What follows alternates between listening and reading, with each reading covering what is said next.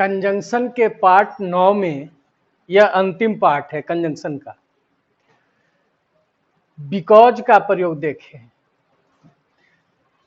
Because क्या करता है? साधारण कारण को बताने में बिकॉज का प्रयोग वाक्य के शुरू में भी कर सकते हैं या बीच में भी कर सकते हैं। ठीक है। बिकॉज का प्रयोग जब वाक्य के शुरू में हो, जब इसका बिकॉज का प्रयोग वाक्य के शुरू में करेंगे तो इसके साथ जो आने वाला दूसरा वाक्य जो होगा, आने वाले दूसरे वाक्य में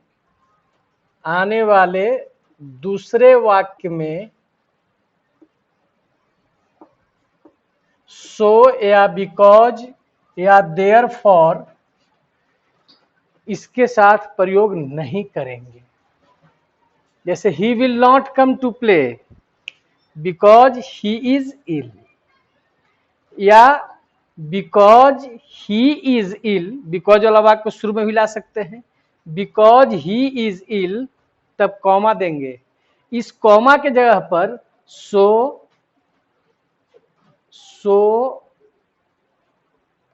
या देयरफॉर,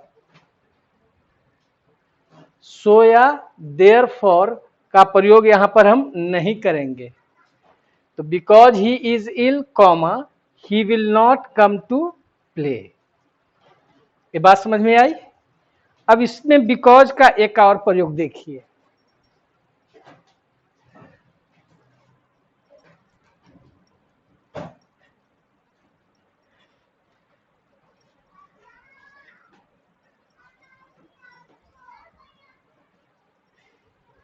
एक और एग्जाम्पल दे सकते हैं।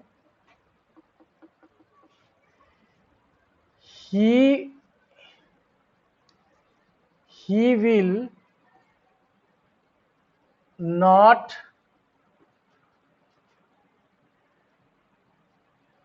come here because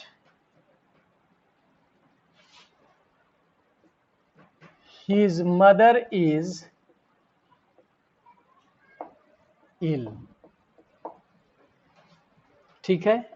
इसको ऐसे ही बना सकते हैं, because his mother is ill comma, उस कॉमा के जगह पर सो या देयरफॉर का प्रयोग नहीं करेंगे। ही विल नॉट कम। अब इसको हम इस तरह से भी बना सकते हैं, ही will not come here. Because था तो बिकॉज के बाद सब्जेक्ट प्लस वर्ब आया था, सब्जेक्ट प्लस वर्ब। लेकिन जब बिकॉज ऑफ कर देंगे, बिकॉज ऑफ का मतलब के कारण होता है, तो बिकॉज ऑफ के जगह पर ओविंग टू भी लिख सकते हैं, या ऑन अकाउंट ऑफ ये फ्रेज है। अगर बिकॉज के जगह पर बिकॉज ऑफ लिखें या ओविंग टू लिखें या ऑन अकाउंट ऑफ लिखेंगे तो जो एडजेक्टिव आ रहा है उसको नाउन में बदल दीजिएगा। नाउन रहेगा तो नाउन तो आ ही जाएगा, लेकिन जब एडजेक्टिव होगा तो उसको नाउन में। तो बिकॉज ऑफ हिज मदर्स, अपनी मां की बीमारी, अपॉस्ट्रोफी एस लग जाएगा, हिज मदर्स इलनेस। इस वाक्य को ऐसे भी बना सकते हैं।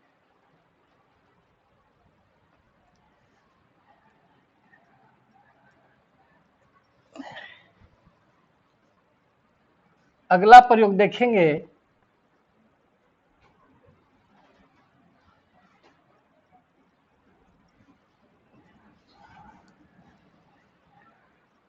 ये आप टू देख रहे हैं, TO टू मतलब बहुत ज्यादा, रिमूव टू में पढ़ाए हैं।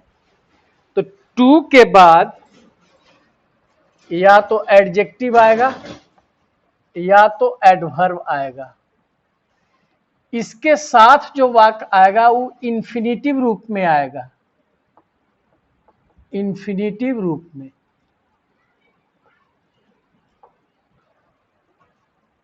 इन्फिनिटिव रूप मतलब जब भी आएगा तो 2 प्लस V1 आएगा।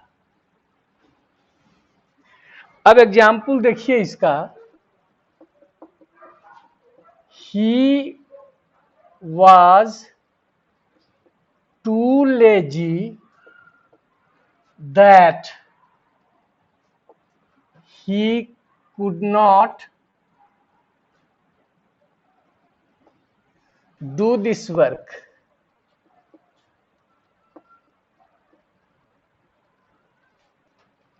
देखिए 2 प्लस इसमें एडजेक्टिव है, इसके बाद दैट आ गया, दैट क्लॉज, तो इसके साथ जो दैट क्लॉज आया तो ये वाक्य गलत हो गया, क्योंकि इसके साथ इंफिनिटिव आना चाहिए। ठीक है, तो इसका सही क्या होगा, ही वॉज टू लेजी, इसके साथ इंफिनिटिव आना चाहिए, तो टू डू, भर साथ है, भर जुड़ जाएगा, टू डू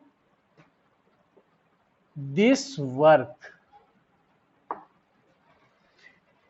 एक चीज आओ याद रखना है, रिमेव 2 में पढ़ाए हैं कि 2 प्लस एडजेक्टिव या एडवर्ब, 2 प्लस एडजेक्टिव रहे या एडवर्ब, तो जो उसके बाद जो इंफिनिटिव आवेगा, निश्चित रूप से इंफिनिटिव आना चाहिए, ये जो इंफिनिटिव आएगा इसका अर्थ निगेटिव हो जाता है, निगेटिव अर्थ, इसका अर्थ क्या हो जाता है, निगेटिव। जैसे वह इतना ज्यादा आलसी था, इस 2 का मतलब क्या है, बहुत ज्यादा, तो वह इतना ज्यादा आलसी था कि वह इस काम को नहीं कर सकता था। एक और एग्जाम्पल देखिए, शी इज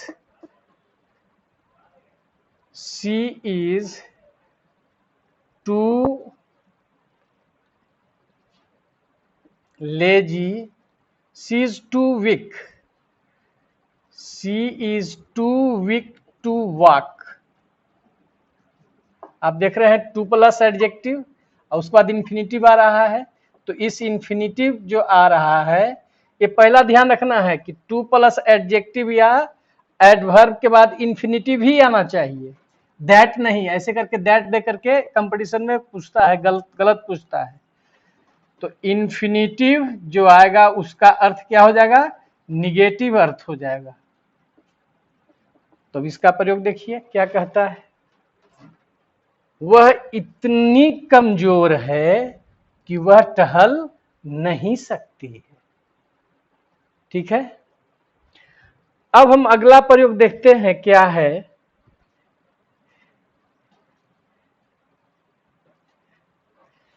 नोट में दिए हैं, इसको समझिएगा।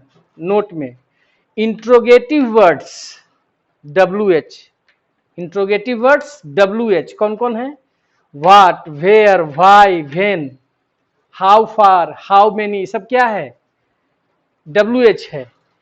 इसके साथ जब ये प्रयोग में आएगा WH, तो इसके पहले एज टू का प्रयोग नहीं करना है, दैट का प्रयोग नहीं करना है। जैसे he asked me that why I had called him, तो यहां पर जो दैट प्रयोग आया ये गलत हुआ, यहां पर इसका प्रयोग नहीं होना चाहिए। मतलब इंट्रोगेटिव वर्ड्स WH के पहले दैट या एज टू का प्रयोग नहीं होता है। ठीक है, अगला देखिए, एज सून एज प्रयोग पढ़ा चुके हैं। एज सून एज वाले वाक्य में देन का प्रयोग गलत होगा, एज सून एज वाले वाक्य में देन का प्रयोग नहीं होता है। जैसे as soon as he reached home, comma होगा, यहां पर देन या देन नहीं होगा, नॉट देन या देन नहीं होगा। तो as soon as he reached home the rain stopped, तो एज सून एज का प्रयोग किस अर्थ में पढ़े थे, ज्यों ही या जैसे ही, मतलब एक कार्य समाप्त होने के बाद दूसरा कार्य तुरंत शुरू हो जाए तो वैसे वाक्य में एज सून एज का प्रयोग किए थे और 11 तरह से इस तरह के ट्रांसलेशन को बताए थे। तो आपने देखा कि एज सून एज वाले वाक्य में जब दूसरा वाक्य लिखेंगे तो उसके पहले कॉमा देंगे, न कि देन या देन का प्रयोग करेंगे। ठीक है। अगला प्रयोग इनकेस। इनकेस का मतलब होता है कहीं न या यदि। इसके प्रयोग से संभावना व्यक्त होता है, किसी कार्य के होने की संभावना व्यक्त होता है। जैसे टेक एन अम्ब्रेला, एक छाता ले लो, इन केस इट रेन्स, कहीं न बारिश हो जाए या यदि वर्षा न हो जाए। तो इन केस इट रेन्स का मतलब हुआ इट में रेन, मतलब वर्षा हो सकती है, मतलब वर्षा होने की संभावना है, यह संभावना दिखलाता है। और ये याद होगा आपको कि यदि या अगर के अर्थ में इफ का जो प्रयोग करते थे उससे कंडीशन, शर्त, यदि तुम लेट से आओगे तो तुम्हें दंडित किया जाएगा, यह शर्त हुआ, इसमें इफ का प्रयोग। तो दोनों के प्रयोग में ध्यान रखेंगे, इफ के प्रयोग से किसी कार्य को करने का शर्त होता है और इनकेस के प्रयोग से कार्य होने की संभावना होती है। जैसे इन्फॉर्म मी, मुझे खबर करना, in case you need my help, यदि तुम्हें मेरी मदद की जरूरत पड़े। इसका मतलब कि you may need my help, मतलब तुम्हें मेरी मदद की जरूरत पड़ सकती है, अगर पड़ेगा तो मुझे इन्फॉर्म करना। तो इन केस और इफ के प्रयोग में क्या अंतर? इफ के प्रयोग से कंडीशन, शर्त व्यक्त होता है और इन केस के प्रयोग से किसी कार्य के होने की संभावना होती है। कंफ्यूजन नहीं रहे दोनों के प्रयोग में। अगला प्रयोग है एज। एज का मतलब होता है वैसा ही जैसा, वैसा ही जैसा। जैसे डू एज यू वांट, वैसा ही करो जैसा तुम चाहते हो। या डू एज यू थिंक, वैसा ही करो जैसा तुम सोचते हो। मना भी कर सकता है, don't do as he advised you, वैसा नहीं करो जैसा उसने तुम्हें सलाह दिया, उसकी सलाह अच्छी नहीं है, तो वैसा मत करो जैसा उसने तुम्हें सलाह दिया। तो यह कंजंक्शन में एज का प्रयोग आया। अगला प्रयोग है सो और दैट। ये रिमूव टू वाला में था। रिमूव टू जब बनाते थे तो पहला टू के जगह पर सो और दूसरा टू के जगह पर दैट लाते थे, वही सो दैट है। तो सो के साथ हमेशा दैट आता है, इसका अर्थ होता है इतना ज्यादा, और दैट मतलब कि। जैसे he is so fat that he cannot run fast. His behaviour is so bad, उसका व्यवहार इतना बुरा है, that I can't bear it, कि मैं इसे बर्दाश्त नहीं कर सकता हूं। तो सो के साथ दैट, यही रिमूव टू में आया था। तो अब मान लीजिए किसका यदि आप रिमूव टू करते हैं तो क्या हो जाएगा? इसको आप रिमूव टू कर रहे हैं, रिमूव टू, तो क्या होगा? सी इज, पहला टू की जगह पर सो आ गया, वीक। तो जब सो का प्रयोग होता है तो सो के साथ दैट आता है जो बताए हैं, और T double O too plus adjective आता है तो इन्फिनिटिव आता है। तो पहला टू की जगह पर सो आ गया, दूसरा टू की जगह पर दैट। जब दैट आता है तो फिर सब्जेक्ट वर्ब लाना है। तो सब्जेक्ट कौन है? सी। सी है, सी प्रेजेंट टेंस में इज है तो कैन नॉट हो जाएगा, कैन नॉट वॉक। तो इसको दो तरह से बनाया जा सकता है। तो जब T double O too plus adjective या एडवर्ब रहे तो अगला वाक्य इन्फिनिटिव रूप में, लेकिन यदि सो लग करके आता हो तो दूसरा वाक्य में दैट लगना चाहिए।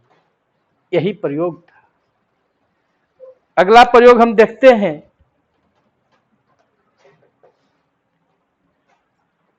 ये भी बहुत इंपॉर्टेंट प्रयोग है और ये आपका जो है सो अंतिम पाठ हम पढ़ा रहे हैं। कंजंक्शन का लंबा पाठ था।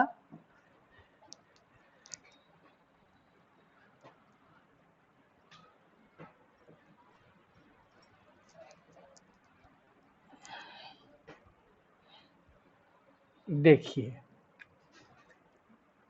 D plus comparative degree, D plus comparative degree plus subject plus verb plus subject plus verb, अब कॉमा दे करके फिर यही स्ट्रक्चर दोबारा आ जाएगा, द प्लस कंपैरेटिव डिग्री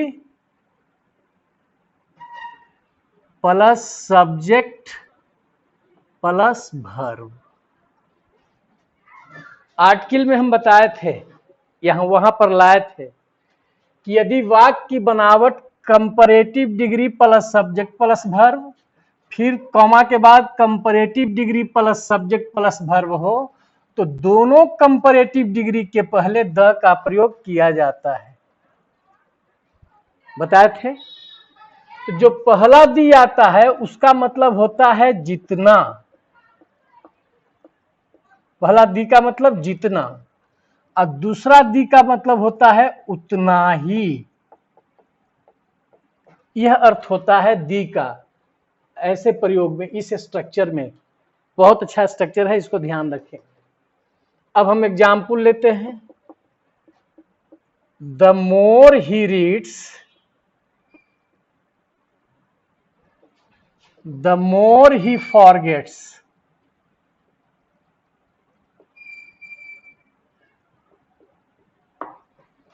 कहता है क्या, जितना, मोर मतलब ज्यादा, कंपैरेटिव डिग्री है, जितना ज्यादा वह पढ़ता है उतना ही ज्यादा वह भूलता है।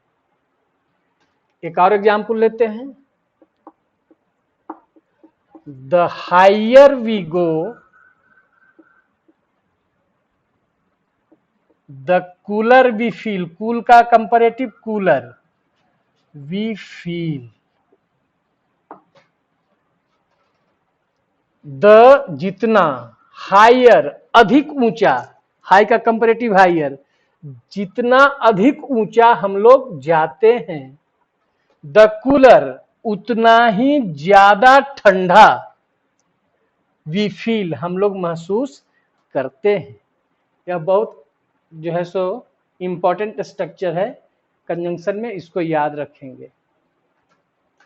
और अब अंतिम प्रयोग बता रहे हैं, जोड़ा में आता है, जिसे सो के साथ दैट आया, उसी तरह से बिटवीन के साथ एंड आता है। बिटवीन का जोड़ा किसके साथ है, एंड के साथ, न कि और के साथ। तो बिटवीन एंड का मतलब और के बीच, जैसे आई शैल रीच देयर, मैं वहां पहुंचूंगा। बिटवीन 5 PM एंड 7 PM, मतलब 5 PM और 7 PM के बीच मैं वहां पहुंचूंगा। तो यहां पर देख रहे हैं बिटवीन का जो प्रयोग हुआ, तो बिटवीन के साथ कौन आया, एंड आया, ठीक है। तो बिटवीन के साथ जोड़ा में कौन आता है, एंड।